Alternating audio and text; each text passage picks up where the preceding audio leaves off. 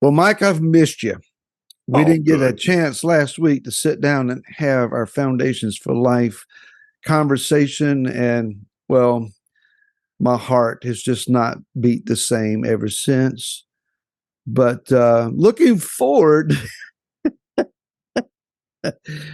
looking forward Hello? to, Hello? hello, looking forward to today, looking forward to tonight for those that may not be aware. Hanok Young, premier tour guide from the land of Israel, personal friend of ours, partner with you in the Connect to Israel tour, and one who has come to the United States at great expense, both monetarily and physically, Yeah. and some might even argue relationally and spiritually, um, to call the house of Israel to an awareness of who they are and what the future may hold for us together in as a part of restoration.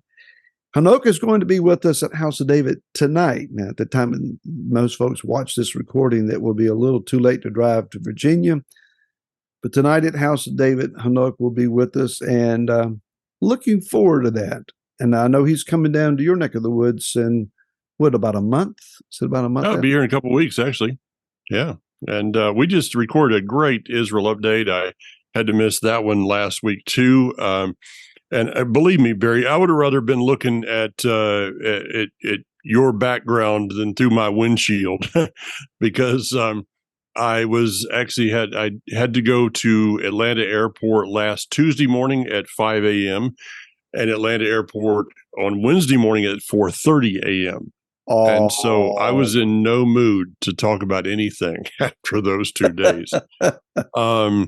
So yeah, you got Hanok. I just got off the broadcast with him with the Israel update. I really asked people to, if you haven't listened to the Israel update, there was a great program today about talking about some things that we're actually going to kind of roll over into where we're at today. And Barry, I kid Hanok about seems like trouble follows him, but I don't know anything about that, right? No. Never. I've never had Foreign experience. No, yeah, total foreign experience. The reason that is not Hanok, it is about truth, and I find that for the most part in our society today, people are not looking for the truth; they're looking for their truth. Hmm. They're looking for someone to come in and agree with what they have already established as truth. It doesn't really matter then what you say. And when it comes to Israel and the Jewish people, it's even a farther. It's a little deeper than that because it comes down to a word covenant. A covenant that was made. A covenant that was made to a person, Abram, regarding a land, Israel. And I want to read real quick just a statement that I have that I've used many times. I think it's so important for us to understand this in our day. Israel will reveal man's heart. Jerusalem will sift the nations. What a powerful statement and absolutely true. Yeah, let me go with that one again in case somebody didn't rewind. Israel will reveal man's heart. Jerusalem will sift the nations. And the when we really think about it, Barry, the sifting of the nations, what happens in the end? We see in the scripture that all nations shall come against Jerusalem. The sifting will be that not a single nation upon this earth will stand with Jerusalem in the end. It will be individuals, but it will not be a nation. And that's a truth that is a biblical truth that goes against what people want to believe as truth. I had to write that down. Okay. I'll use that tonight. Yeah, do. And, and give, of course, I just got off with got off the programming with Hanok, but please give him my regards again. This is a man who's a personal friend, has been a friend now for 9 years. As I said on our broadcast together, we're in the same book, but we understand that we look at that book totally different than each other. In so many places in that book, we look at it totally different. But we figured out through trials, through tribulation, through a few tears here and there, and a couple of yelling matches along the way, we've figured out how to work it out. And that's what families do, is you work things out. Yeah.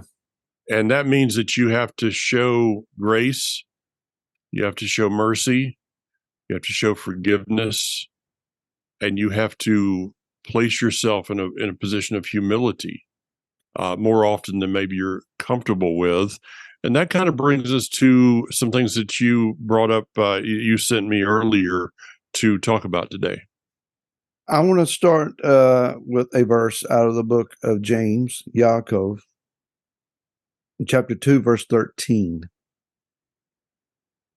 It says, "For the judgment is without compassion to the one who has shown no compassion. And compassion boasts over judgment." The word that is translated as compassion in this text is often translated as mercy. So reading mercy, judgment is without mercy to the one who has shown no mercy, for mercy boasts over judgment. In other words, Yah would rather we show mercy than to judge others.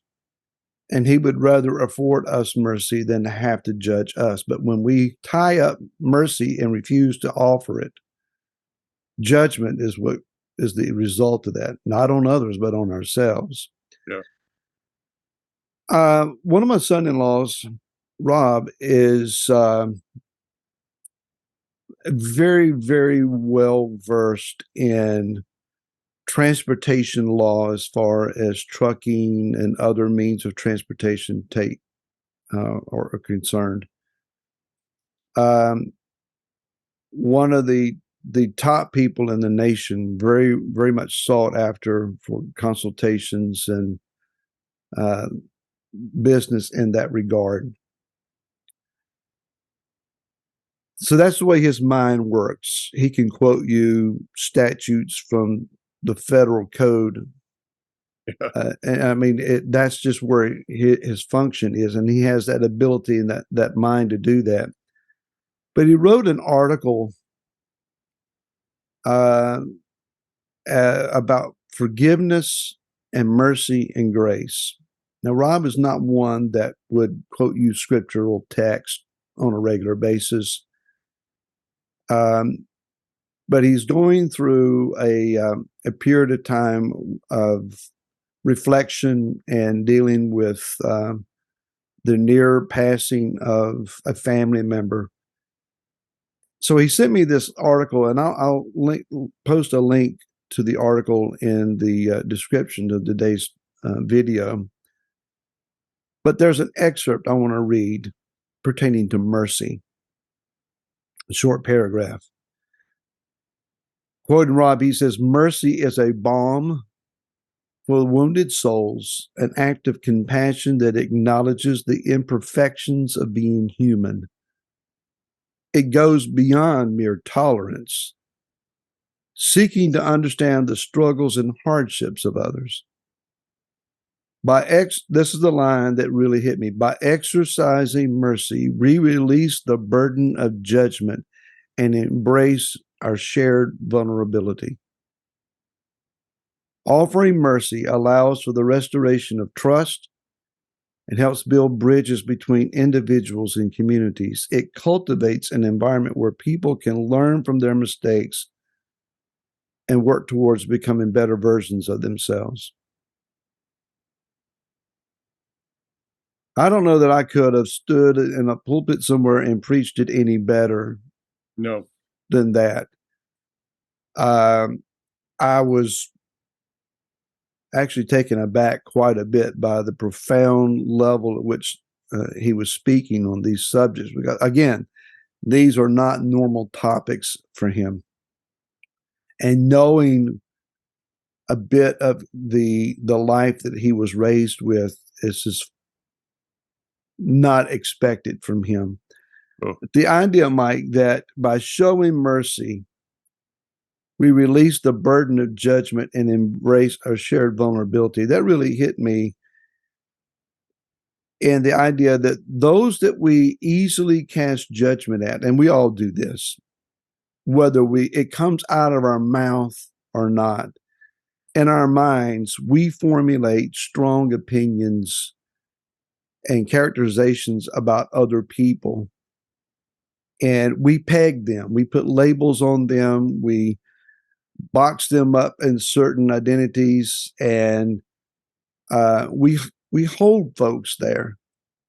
Well, I know that this individual, they're going to respond this way, or this is just how they are. I can expect this attitude from them, or I don't like to be around them because whatever termination or determinations that we make about folks. Whether we recognize that as judging them, qualifying them, certainly putting labels on people is a means of judgment. If we're busy categorizing and qualifying people as opposed to showing them some compassion and some understanding and mercy, then we're inviting other people to do the exact same thing to us. And ultimately, if we withhold our mercy, Yah says, I have no other recourse but to allow judgment to come into your life. As he says, when you show mercy, you begin to become aware of your shared vulnerabilities. You realize, maybe I'm not all that either. Yeah. Well, there's a verse, judge not lest you be judged. Okay. And this verse has been overused through the years by many people. When you see someone that is in a sin, it's been, well, don't judge them, because this is not to turn a blind eye to what is in someone's life. But what Rob was bringing out, and this is a young man that I've spent some time with. Unfortunately, when I go to House of David, I don't get enough time, as much time as I'd like to spend with Rob. I'll put that bug in your ear. This is an incredible young man that has gone through a lot in his life, and when you hear his story, you have a choice. You can either judge or show mercy, and that's true with it. To put it into a biblical thing, a biblical basis, Barry. Why is it that the Almighty did not just give us a book of laws and regulations, but instead gave us a book about people's lives? I think in the end, because we have to make a decision regarding those people. What would I have done? What would I have done in their place?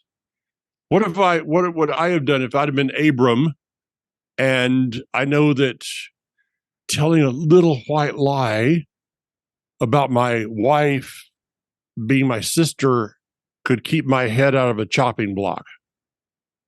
Well, I know I would have done something different. Really? Really?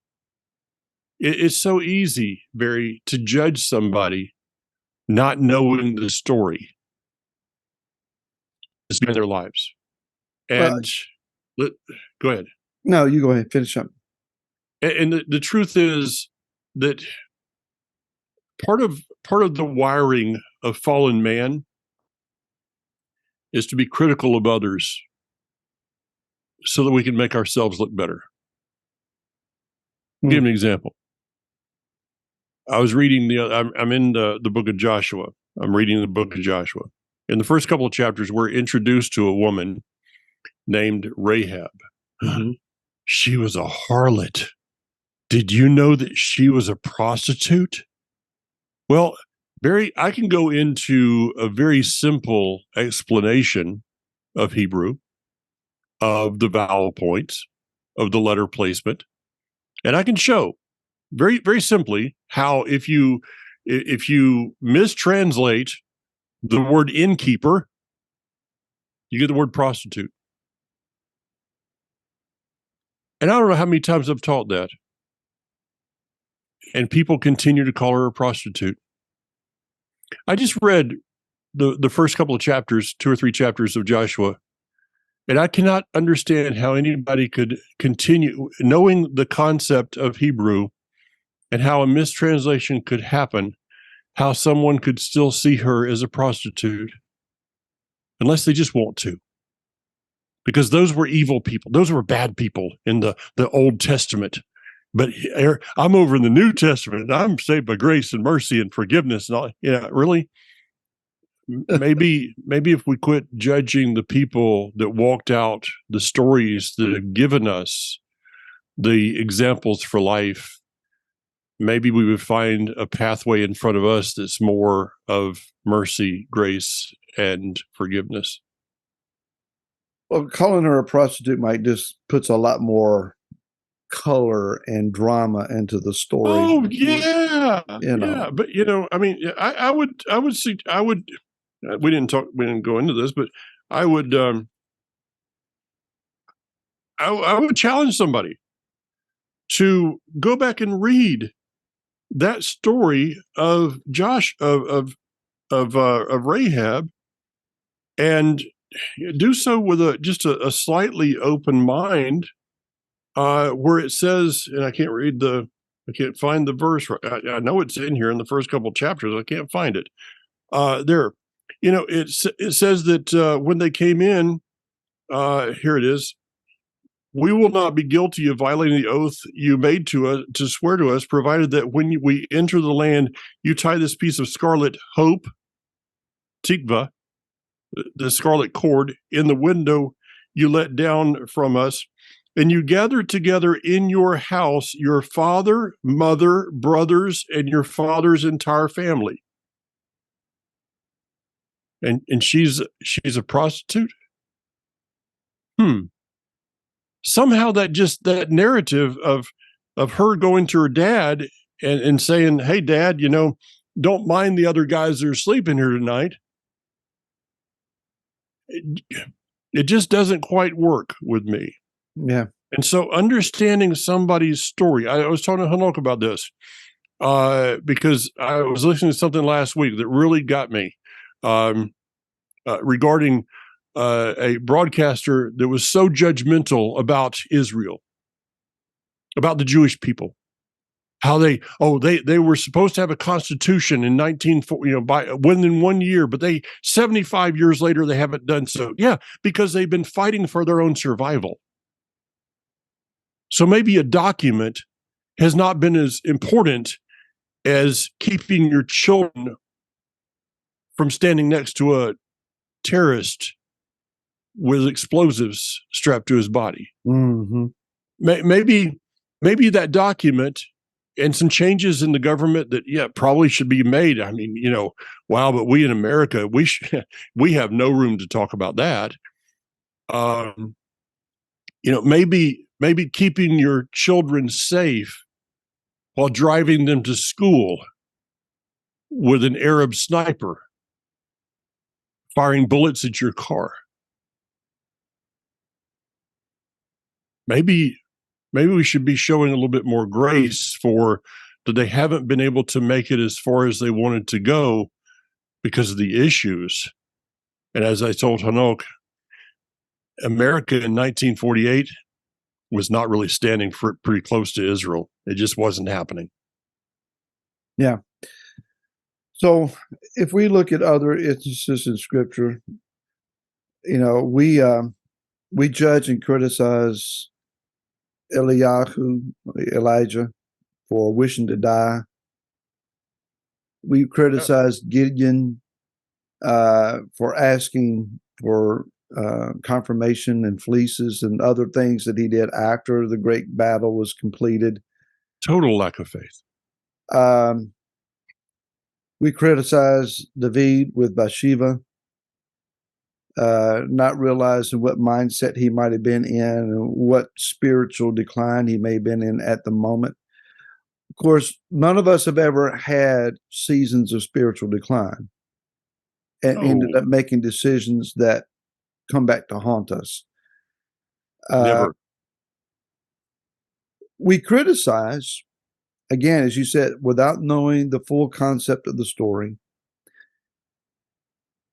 And as you're referencing Israel, I find it, politically, I read an article yesterday about the Jewish shepherd that was being stoned by a group of Arabs and already hit in the head and severely wounded by a rock to the head. He pulled a weapon and fired in defense of his life. And now the United States is there saying that's an act of terrorism. You got to prosecute him as a terrorist for whatever political agenda that we might have. I mean, I don't understand why we think we need to be involved in various incidences in other lands. Of course, it's never prevented us from doing so. But it's common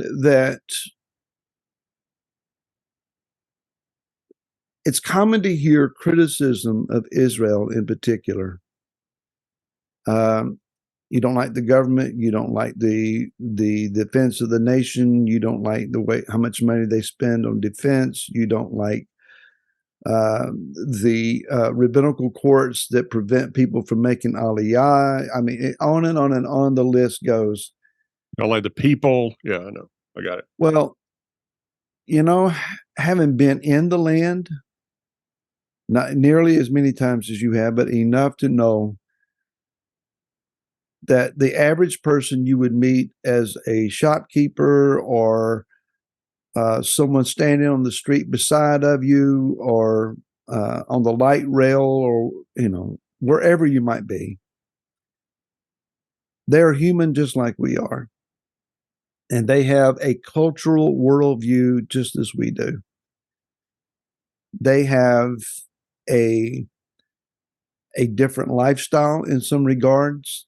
They were raised different. They have their same religious hangups that Americans have. They're people. And as such, they deserve respect, a sense of honor for who they are, without us casting judgment. I mean, who are we? I live in Virginia and have done so all of my life. For 10 generations, my family has been in this state. So I have a very narrow worldview by and large. For me to go over and impose my traditions and cultures on someone else and then judge them accordingly, that's pretty arrogant on my part. Where is the word here is saying that if I refuse to have a sense of mercy and compassion toward them, I'm inviting judgment. What Rob wrote, I'm failing when I failed to show mercy and compassion. I failed to examine my own vulnerability and realize I have issues too. And we bring up Israel right now. Obviously, Hanok has started our brains in that direction. But and a discussion about some things pertaining to issues in Israel or the way things just are, as opposed to the way we suppose that they are. We look at for example, the various types of religious divisions, and we apply our American understanding of denominationalisms on that, and it's not the same. From what Hanok was describing to me yesterday, it's like, how could we be so far off in our estimation and then apply our qualifications and labels and so forth, our judgments on them, without even understanding correctly, what's going on. We just assume so much about one another, Mike. Well, let's take it to another place, a group that you work with more than I do, and that's the First Nations people, the Native Americans. Mm-hmm. People will judge them because of their practices today.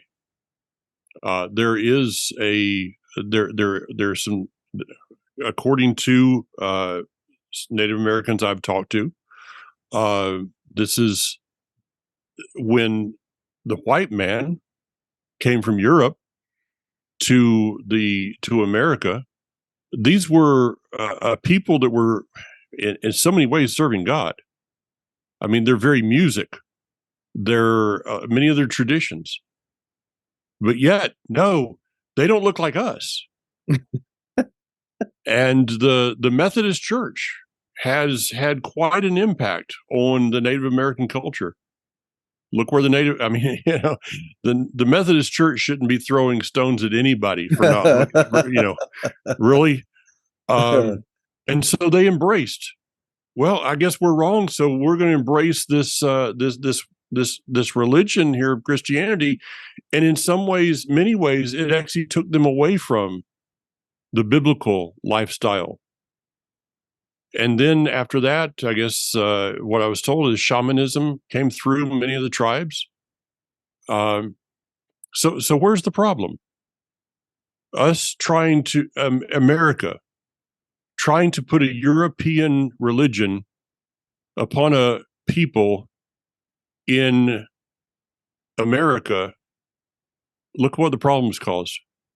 And so now we're going to judge them for not walking in some truth or what we think is falsehood, when it was actually our ancestors that maybe started the problem in the first place.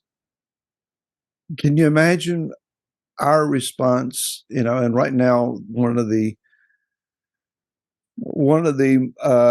most serious threats against the United States militarily or culturally or economically is that from China.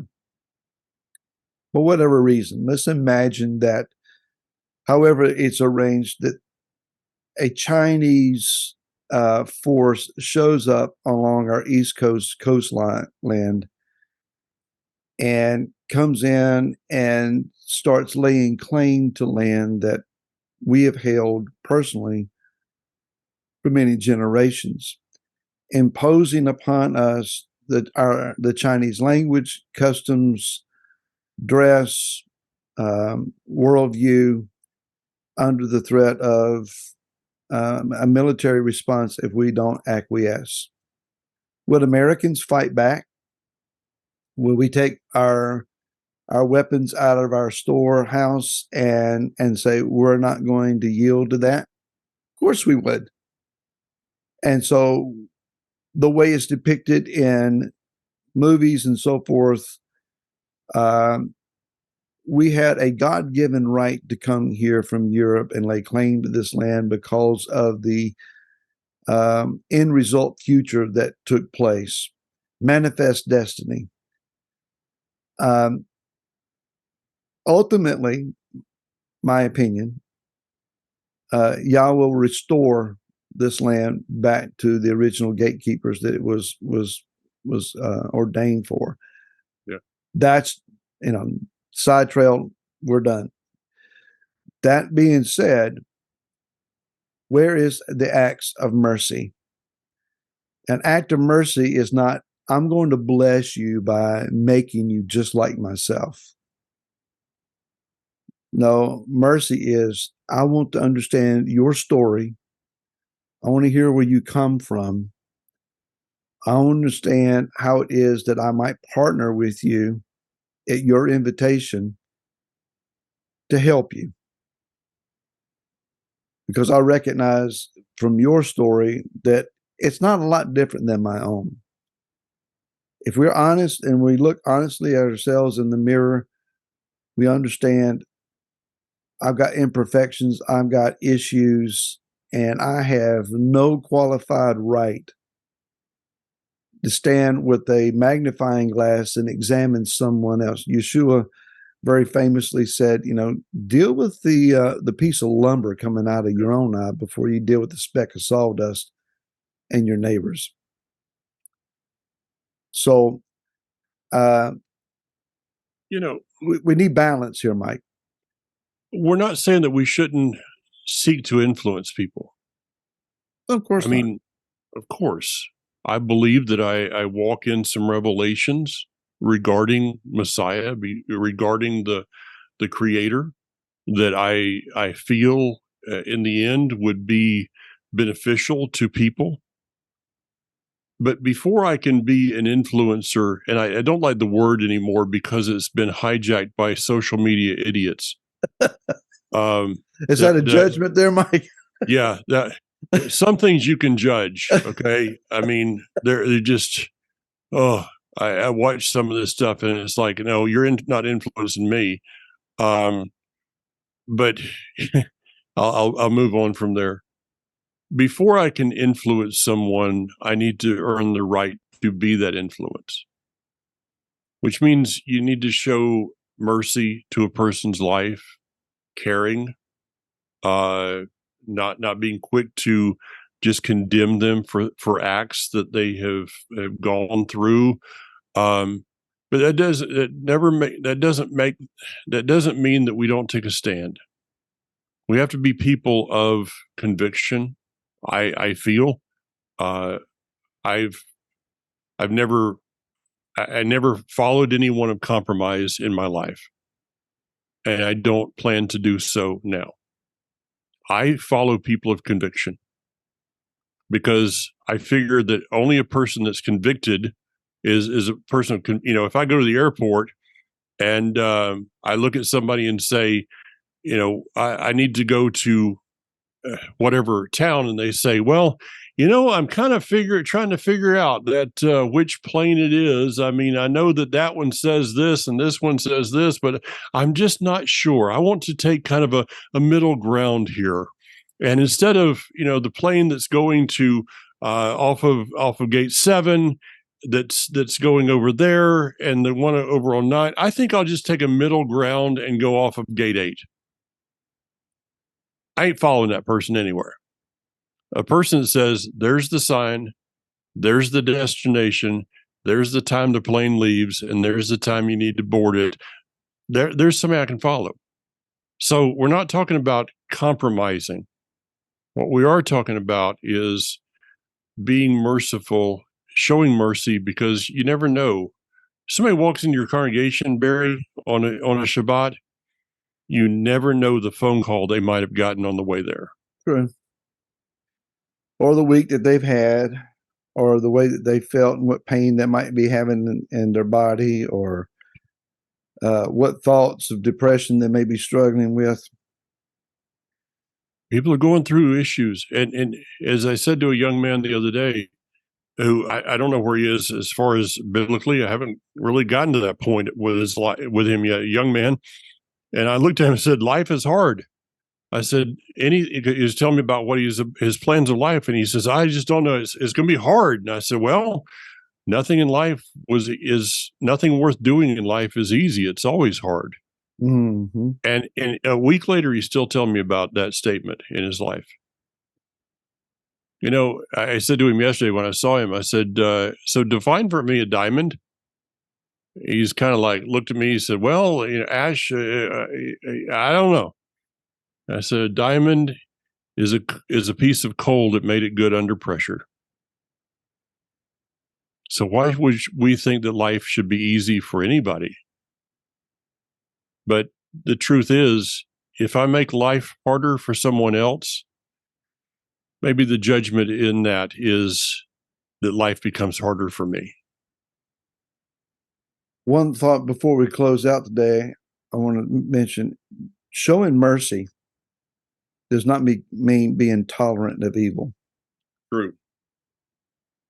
So where there is evil, we're to stand against it. Yeah. Where there is lies being presented as truth, we're to point that out. I preached things years ago that I disagree with now. Really? I think that's a common situation in many regards. But if someone had stood to my face and yelled and screamed at me with a different opinion, I'd have never listened honestly to what they had to say. There is a way to offer correction, to offer a different vantage point of view, to help someone to better understand. But the same heart that we want them to have in listening, we need to demonstrate ourselves. Sometimes, and someone taught me this many years ago. They said, if someone walks into your office and unloads on you, don't take it personal. It could be that you're just an available target and they're transferring their upset attitude and heart about another issue toward you because you're just available. So that person didn't teach me a lot of good things, but they did teach me that one, and I've held on to that. There you go. So, mercy. Yeah. You want some, give some. Yep. Well, enjoy Hunnock tonight. And for Rob, just please pass on my thanks to Rob for sharing openly his life. I pray that what he did will impact many people, and the Father would give to Rob specifically his guidance, presence, and shalom during these difficult days for him. Sure, I'll do that. Folks, thank you for listening, for sharing in your social media, for your comments. We do appreciate those, and they're very encouraging. And if Yah wills, we'll see you again next week. So have a great week, Mike. Yep, you too.